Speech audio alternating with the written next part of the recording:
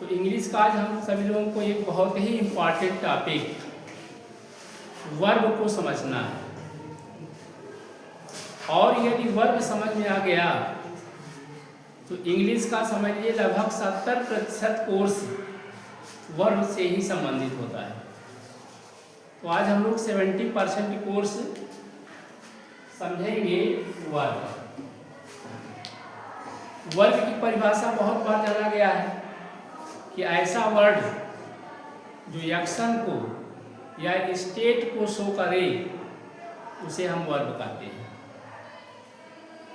Action का मतलब कोई एक्शन शो हो रहा है, जैसे पढ़ना है, लिखना है, सोना है, टहलना है, ये सब एक्शन है। और एक होता है स्टेट, जैसे मान लीजिए एक होता है बुढ़ापा होता है, तो एक जवानी होता है, तो एक बाल्यावस्था होता है, चाइल्डहुड होता है, या कोई किसी का व्यवसाय कुछ हो सकता है, ये सब उसका स्टेट है। बात समझ गए? Yes sir. और ये जो वर्ग होता है इसको 3 वर्गों में बांटा गया है। कितने वर्गों में? 3 वर्गों में बांटा गया है। वर्ग कितने प्रकार के होते हैं? 3 प्रकार के होते हैं। एक होता है मेन वर्ग, मेन वर्ग। एक होता है हेल्पिंग वर्ग, हेल्पिंग वर्ग। और एक होता है लिंकिंग वर्ग, लिंकिंग वर्ग। समझ में आ गया? वर्ग को कितने भाग में बांटा गया है? 3 वर्गों में। अगर पूछा जाए कि मेन वर्ग की संख्या कितनी है, दिमाग करके चलिए कि लगभग 12,500 है। इसकी संख्या कितनी है? 12,500। अगर हेल्पिंग वर्ग की संख्या पूछा जाए तो लगभग 12 है। कितना है? 12। और अगर लिंकिंग वर्ग की संख्या पूछा जाए 1। सबसे ज्यादा संख्या किसकी है? मेन वर्ग की। उससे कम हेल्पिंग वर्ग की और सबसे कम लिंकिंग वर्ग। कोई भी सेंटेंस हो तो उसमें 2 चीजों का होना आवश्यक है। नंबर 1 सब्जेक्ट और एक होता है वर्ब। अगर किसी सेंटेंस में ये दोनों वर्ड नहीं है तो वह सेंटेंस हो ही नहीं सकता है। और सेंटेंस न होने का मतलब है कि वह पूर्ण भाव नहीं दे सकता है। सेंटेंस ही एक ऐसा है कि जो पूरा भाव को प्रदर्शित करता है। अगर सेंटेंस और वर्ब, सब्जेक्ट और वर्ब नहीं है तो यह केवल वर्ड का कलेक्शन होगा, या वह क्लॉज हो सकता है, फ्रेज हो सकता है, खाली वर्ड हो सकता है, लेकिन सेंटेंस नहीं हो सकता है। सेंटेंस वही है जिसमें सब्जेक्ट और वर्ब हो। और अगर किसी सेंटेंस में सब्जेक्ट और वर्ब उपस्थित है तो वह पूरा भाव दे सकता है, दे भी नहीं सकता है, मतलब कुछ भी हो सकता है। अगर पूरा भाव दे रहा है तो सेंटेंस है, अगर पूरा भाव नहीं दे रहा है या दे भी सकता है तो क्लॉज हो सकता है, फ्रेज हो सकता है, वर्ड हो सकता है। तो अभी हम लोग उसके बारे में बाद में बात करेंगे, लेकिन यहाँ पर हम लोग केवल वर्ब की चर्चा करेंगे क्योंकि ये पूरे कोर्स का लगभग 90% भाग होता है। समझ में आ गया? अब किसे मेन वर्ब कहते हैं? जैसे हम सभी लोग देखते हैं जब हमारे घर पर कोई मेहमान आता है तो वह 2 रूपों में आ सकता है। एक तो अकेले आ सकता है और एक तो अपने साथ कुछ लोगों को भी ला करके जो है आ सकता है, कुछ लोगों के साथ आता है। तो अगर अकेले आ रहा है कोई वर्ग तो हमेशा मेन वर्ग होता है। बात समझ में है? अगर किसी सेंटेंस में केवल एक ही वर्ब है तो वह हमेशा मेन वर्ब होता है, चाहे वह लिंकिंग वर्ब हो, चाहे हेल्पिंग वर्ब हो, चाहे जो हो, वर्ब होना चाहिए। अच्छा एक बात बताइए, क्या लिंकिंग वर्ब वर्ब है कि नहीं है? हेल्पिंग वर्ब वर्ब है कि नहीं है? मेन वर्ब वर्ब है कि नहीं है? सब वर्ब को ही तो क्लासिफाई किया गया है, तो ये सब वर्ब है। लेकिन एक मेन वर्ब है, एक हेल्पिंग वर्ब है और एक लिंकिंग वर्ब है। इन तीनों के बीच हमको डिफरेंशिएट करना है कि क्या अंतर है। तो अगर किसी सेंटेंस में केवल एक ही वर्ब है तो वह मेन वर्ब है। बात समझ आ गया? जैसे कोई आदमी प्रिंसिपल साहब से मिलने के लिए जा रहा है तो अकेले भी जा सकता है और एक बच्चे को लेकर के भी जा सकता है। अगर अकेले जा रहा है तो वही मेन है, और अगर दो लोगों के साथ जा रहा है तो एक मेन है और एक हेल्पर है। अगर दो लोगों के साथ जा रहा है तो उसमें दोनों मेन नहीं हो सकते हैं, मेन केवल एक ही होगा और एक क्या और अन्य क्या होंगे, सब हेल्पर होंगे। अच्छा कोई व्यक्ति अगर मिलने के लिए जा रहा है तो एक तो अकेले जा सकता है, दो के जा सकता है, दो लोगों के साथ, क्या चार लोगों के साथ नहीं जा सकता है? तो अगर चार लोगों के साथ जा रहा है तो उसमें से केवल एक मेन वर्ब होगा और तीन क्या होगा? हेल्पिंग वर्ब होगा। अर्थात हेल्पिंग वर्ब जो है मेन वर्ब के साथ ही आ सकता है। हेल्पिंग वर्ब किसके साथ आता है? Main verb. मेन वर्ब के साथ ही हेल्पिंग वर्ब होता है। अगर अकेले है तो वह मेन वर्ब ही हो गया। बात समझ में आया कि नहीं आया? अगर नहीं समझ में आ रहा है तो उसको तुरंत पूछेंगे। और ये सबसे अच्छा उदाहरण है कि मान लीजिए कि हम प्रधानाचार्य से मिलने के लिए जा रहे हैं, अकेले जा रहे हैं, कुछ लोगों के साथ में जा रहे हैं। जैसे कभी कभी पूरा क्लास पहुंच जाता है तो उस क्लास में ऐसा नहीं है कि तो कोई न कोई छात्र ऐसा होगा जिसमें मेन कार्य वही करेगा और एक वही मेन माना जाएगा, और शेष लोग क्या होंगे? केवल हेल्प करेंगे। अच्छा किसका हेल्प किया जाता है? मेन वर्ब का हेल्प करता है। तो हेल्पिंग वर्ब वह वर्ब है जो मेन वर्ब की सहायता करता है। समझ में आ गया? अब इसके पश्चात में है लिंकिंग वर्ब। लिंकिंग वर्ब किसे कहते हैं?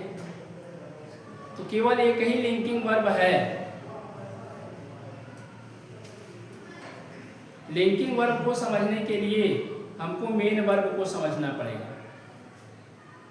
अगर मेन वर्ब का कॉन्सेप्ट नहीं समझ में आया तो लिंकिंग वर्ब समझ में नहीं आएगा। यहाँ पर एक उदाहरण लिया गया, मान लीजिए कि यहाँ पर लिखा गया इज लिख दिया गया और यहाँ पर कोई नाम दे दिया गया, सब्जेक्ट लिख दिया गया। जैसे मान लीजिए हमने लिख दिया मोहन, मोहन इज, तो इज क्या है?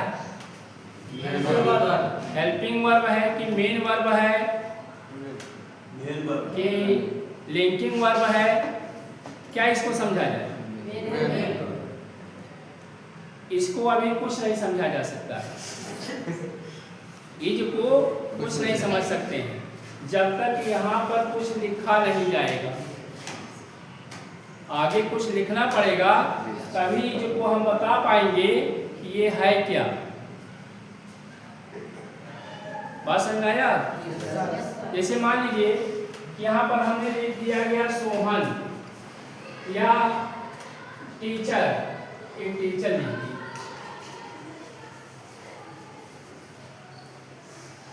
अब बताइए इज आपका जो है हेल्पिंग वर्ब है कि मेन वर्ब है? हेल्पिंग वर्ब है कि मेन वर्ब है कि लिंकिंग वर्ब है? Main verb. मेन वर्ब है। ये क्या है? Main verb. क्यों मेन वर्ब है? क्योंकि यह केवल अकेले ही आया है, इसके साथ कोई दूसरा वर्ब नहीं आया है। तो जब तक जो है कोई दो वर्ब नहीं होगा तब तक उसमें हेल्पिंग वर्ब नहीं आ सकता है। अगर अकेला है तो वही मेन वर्ब है। अकेला है तो मेन वर्ब। बात समझ में आ गया? जी सर। तो ये आपका मेन वर्ब है। क्या है? Main main verb. वर्ब है। दूसरा देखिए, Mohan is going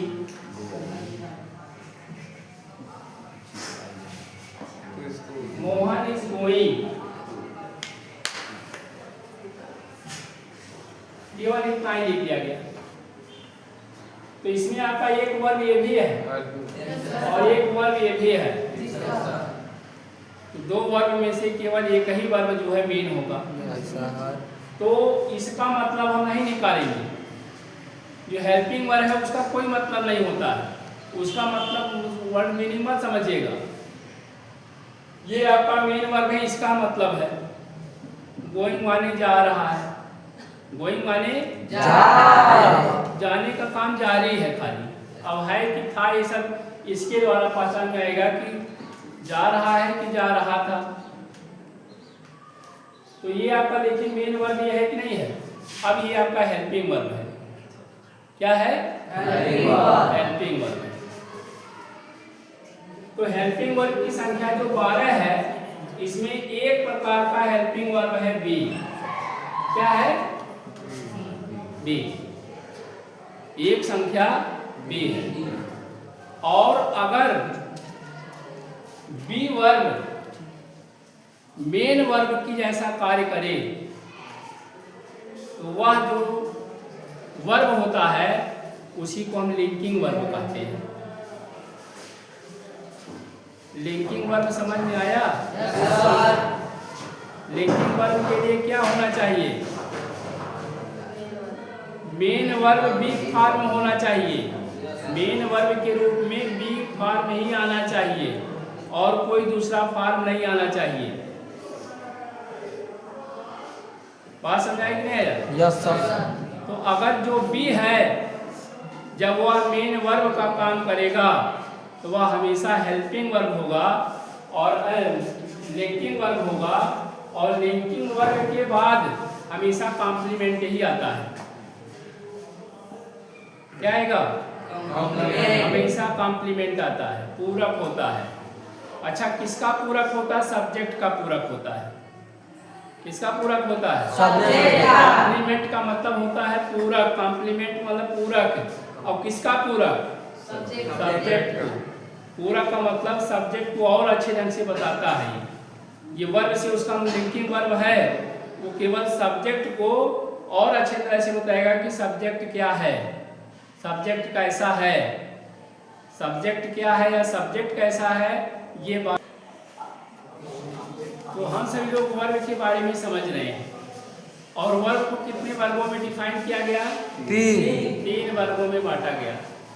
number 1 linking verb, linking verb, helping verb और मेन वर्ब। यहाँ तक सबको समझ में आ गया? कब कोई मेन वर्ब होता है, कब हेल्पिंग वर्ब होता है, कब लिंकिंग वर्ब होता है। कोई वर्ब अगर अकेले आता है तो वह मेन वर्ब होता है। जब कोई वर्ब किसी मेन वर्ब के साथ आता है उसे हेल्पिंग वर्ब कहते हैं। और जब बी वर्ब मेन वर्ब के रूप में आ जाता है तो उसे हम लिंकिंग वर्ब कहते हैं। क्या बोलते हैं? Linking verb.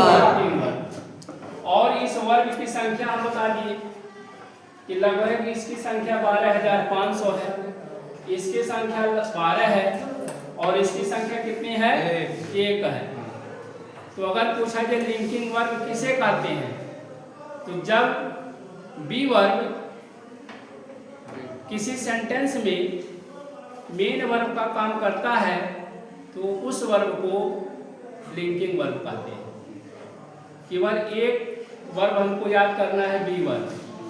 क्या याद करना है? B verb. बी वर्ब अगर समझ में आ गया तो लिंकिंग वर्ब समझ में आ जाएगा। और अगर लिंकिंग वर्ब है तो 100% सब्जेक्ट का कॉम्प्लीमेंट जरूर होगा। अर्थात कॉम्प्लीमेंट तभी आएगा जब लिंकिंग वर्ब आएगा। अगर लिंकिंग वर्ब नहीं आएगा तो कॉम्प्लीमेंट नहीं आता है। अब हमको समझना है हेल्पिंग वर्ब। क्या समझना है? Helping verb. हेल्पिंग वर्ब भी 3 प्रकार के होते हैं। कितने प्रकार के होंगे?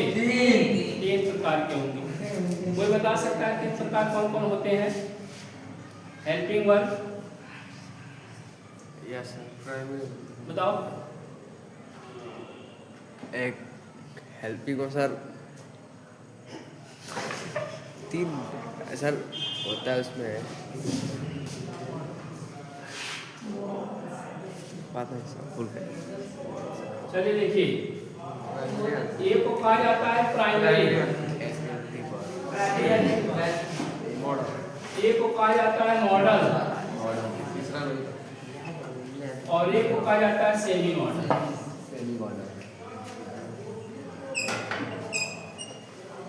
सेमी मॉडल, ये हेल्पिंग वर्ब का क्लासिफिकेशन है। कैसे हम समझेंगे कौन प्राइमरी है, कौन मॉडल है, कौन सेमी मॉडल है? जब तक इन तीनों में अंतर नहीं समझाएगा तो है तो सब हेल्पिंग वर्ब। लेकिन इस हेल्पिंग वर्ब को 3 कैटेगरी में डिवाइड किया गया। एक कैटेगरी है प्राइमरी, एक कैटेगरी है मॉडल, और एक है सेमी मॉडल। सबसे पहले हम लोग प्राइमरी के बारे में समझेंगे। ऐसा हेल्पिंग वर्ब जो मेन वर्ब बन सकता हो, जो मेन वर्ब बन सकता है, मतलब वो खाली अकेले आ सकता है किसी सेंटेंस में, उसको किसी अन्य वर्ब की आवश्यकता नहीं पड़ेगी। तो ऐसे हेल्पिंग वर्ब को हम प्राइमरी बोलते हैं। और जो मॉडल होता है, ऐसे हेल्पिंग वर्ब जो किसी सेंटेंस में मेन वर्ब की भूमिका नहीं निभा सकते हैं। अगर कभी भी मॉडल जो है अकेले नहीं आएगा, और अगर अकेले आ गया तो उस सेंटेंस का पूरा भाव प्रदर्शित नहीं होगा, वो सेंटेंस नहीं बना सकता है। उसके साथ हमेशा एक वर्ब दूसरे वर्ब का आना जरूरी है, और जब दूसरा वर्ब आएगा तो एक तो आपका हेल्पिंग वर्ब होगा कि नहीं होगा? इसमें क्या होगा, ये वर्ब आएगा बिना किसी मेन वर्ब के भी आ सकता है, अर्थात ये जो है पूरा सेंटेंस का निर्माण कर सकता है, इसको किसी अन्य वर्ब की आवश्यकता नहीं पड़ेगी। अगर ले रहा है आवश्यकता तो हेल्पिंग वर्ब तो है ही, और ये क्या होगा, ये कभी अकेले नहीं आ सकता है, ये मेन वर्ब का काम नहीं कर सकता है, ये मेन वर्ब का काम कर सकता है। और ये सेमी मॉडल क्या होता है? जो सेमी मॉडल है उसकी जो संख्या है केवल 3 है। कितना है? 3 संख्या है। इसकी संख्या 3 है। मॉडल की संख्या कितनी है? 13 है। और प्राइमरी की संख्या कितनी है? 12 है।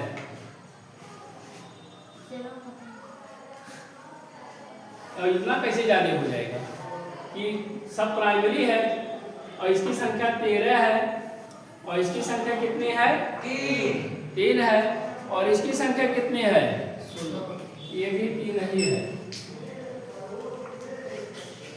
कितने हैं? 3 ये है, 13 ये है, और 3 ये है। संख्या सबको समझ में आ गया? अब अगर 3 है तो 3 का तो नाम तो जानना ही चाहिए कि 3 कौन प्राइमरी हेल्पिंग वर्ब है।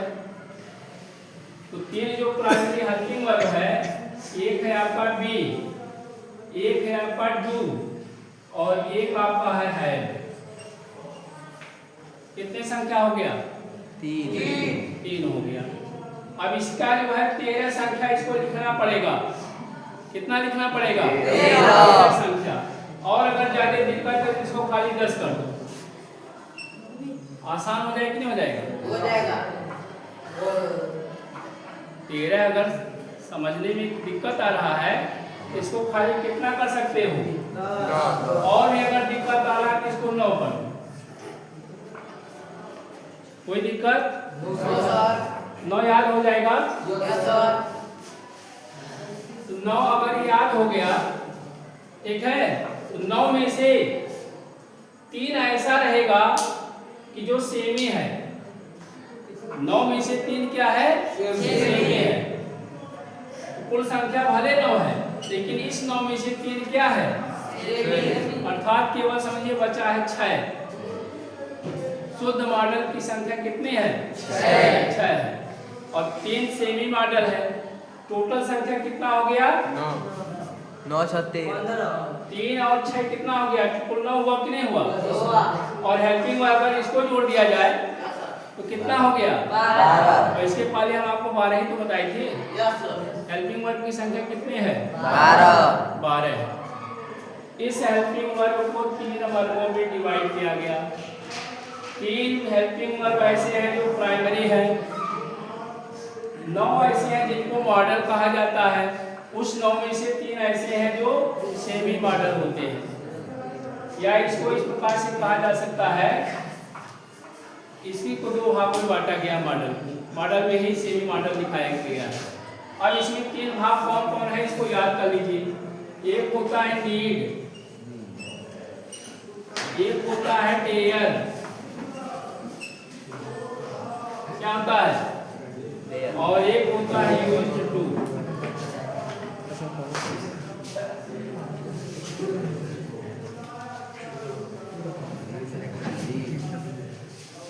तीन समझ में आ गया? Yes sir. अगर 3 को इसमें से निकाले तो केवल 6 ही तो है। कितना है? 6 है।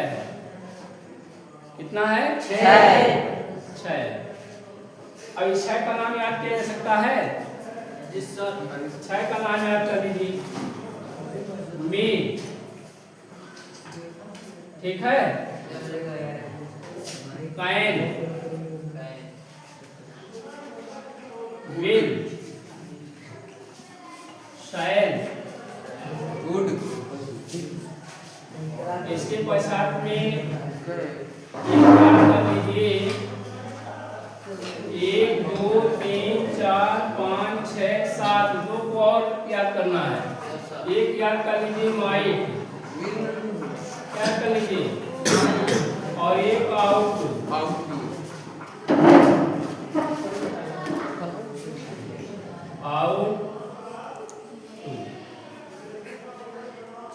समझ आ गया?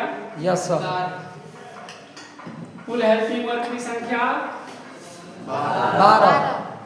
12। 12 में से 3 क्या है?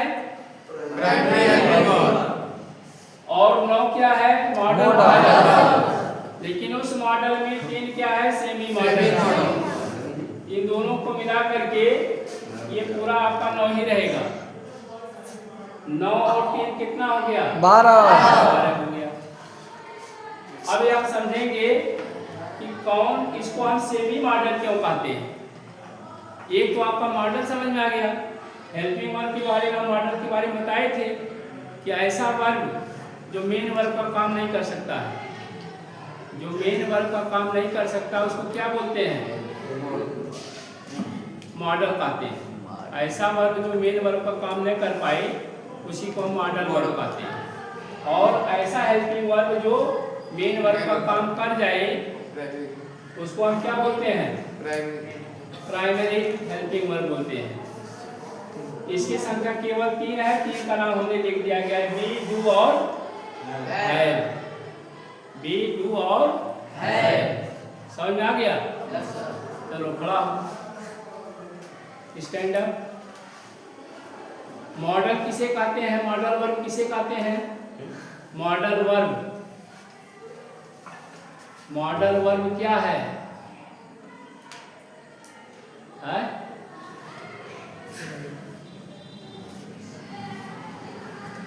क्या है मॉडल?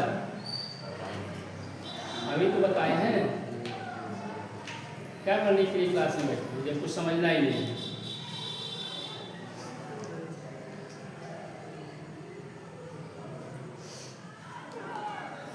जब पढ़ाया जा रहा है जब समझना नहीं तो क्या करने के लिए क्लास में बैठेंगे? हेल्पिंग वर्ब किसे कहते हैं? बताओ जल्दी। हेल्पिंग वर्ब नहीं समझ आ रहा है तो मेन वर्ब या खाली वर्ब किसे कहते हैं? वर्ब बताओ, वर्ब क्या है? तुम बताओ जी, वर्ब किसे कहते हैं? हाँ, जोर से बोलो, जैसे यहाँ तक सुनाई दे। क्या है, बोलो। तुम बताओ जी, वर्ब क्या है? वर्ब क्या है?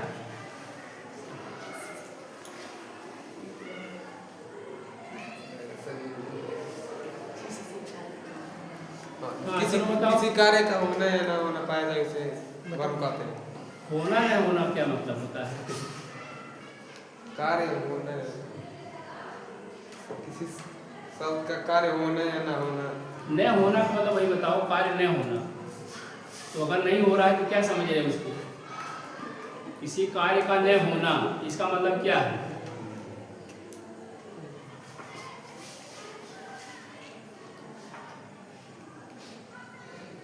बताओ, वर्ब किसे कहते हैं?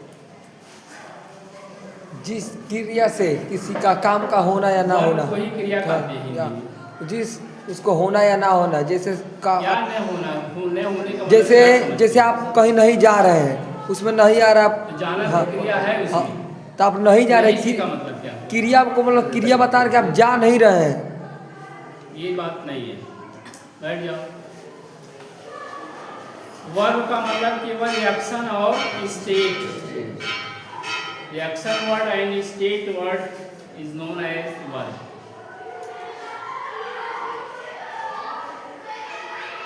वर्ब को कितने वर्गों में डिवाइड किया गया? 3 वर्गों में। मेन वर्ब, हेल्पिंग वर्ब और लिंकिंग वर्ब। हेल्पिंग वर्ब को कितने वर्गों में डिवाइड किया गया? 3। एक है आपका प्राइमरी, मॉडर्न, मॉडर्न, सेशन, तीसरा है सेमी। चलिए इसको ठीक है, कल बताएंगे।